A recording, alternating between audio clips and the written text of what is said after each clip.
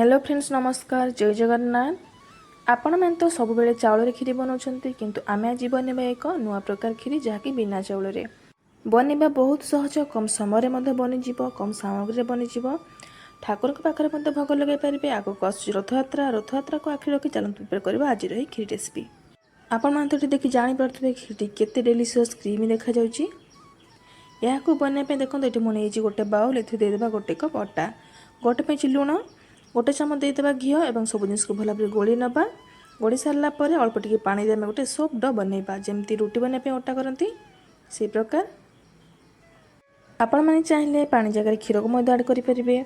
Doti ready कर सारा पर आम आपको कभर कर 5 ରୁ 6 मिनट रखीदा जहाँपर डोटी भल भाव में सेट होपर देखो आम डोटी रेडी हो जाए बाउल आम देदेबा आ गोटे चामच अटा तापर आम डोटी को हाथ में धरवा और छोट छोट चाउल सब आम झरा टाणवा। ये देखो मुझे जमी बनाऊँगी अटा देवा द्वारा ये चाउल गुड़ाक एकाठी को लगभग गोटा गोटा ही रही प्रोसेस करते आपमती करूँ आ गए हाथ में केवल आंगुठी बन पारे। एमती आम सब झरा गुड़ टाणी नवा।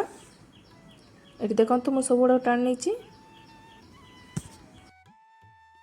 ये देखो सब झरा गुड़ाक रेडी होगा पूरा चाउल परिका देखा गोटा गोटा होती एकाठी को चिपकिनी एबे आम गोटे छणा से चलै ना जहाँफल एक्सट्रा अटा गुड़ाक जहाँ थी अलग हो देखो ये मुझे नहीं गोटे छणा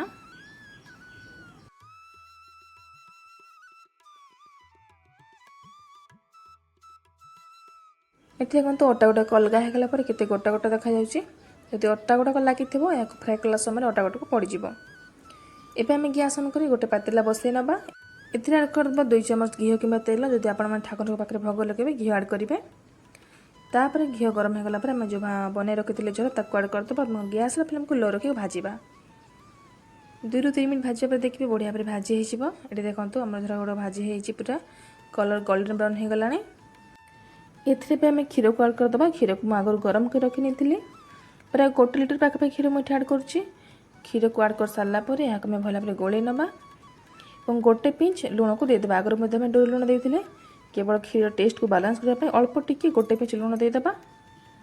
तापर टिके गरम हो गला क्षीर तापर देदेबा अमूल पाउडर 2-4 चामच और फुटे नवा।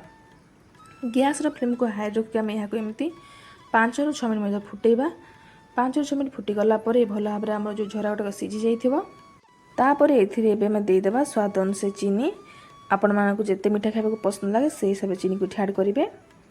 चीनी ऐड कर सारा पुणी आम किसी समय फुटे नवा फुटी सारापर देखूँ यार कन्सिस्टेंसी परफेक्ट आसीज आपण मानक जिते बहलिया पसंद से हिसाब से रखिए। ये देखो बढ़िया भाव हो ठंडा पर आउ टे बहलिया हो।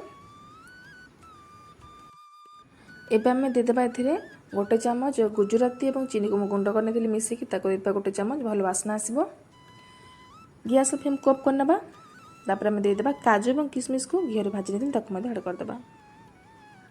तापर देखो फाइनल रेडी होगा आमर केते बढ़िया खीरी पूरा कम समय आपण देखिले फाइनली रेडी होगा आमर अटा खीरी कि अटार झरा खीरी केते सहज बनिकी रेडी होगा कम समय आपण मात्र सब बेले चाउल खीरी बन खाऊँ थोड़े यही प्रकार अटार खीरी बन खातु देखिए बहुत स्वादिया लगे। ठाकुर पाखे मत भोग लगे पारे थोड़े निश्चय बन खातु आ केमती लगे मत कमेंट जनातु। जदि आपण मानक आज खीर रेसिपी भल लगी मो चैनल को लाइक सब्सक्राइब करने सहित पाखर थे बेल आइकन को दबाई दिंतु। रही सांग मैंने देखा गोटे नुआ रेसिपी सहित नुआ वीडियो रे धन्यवाद।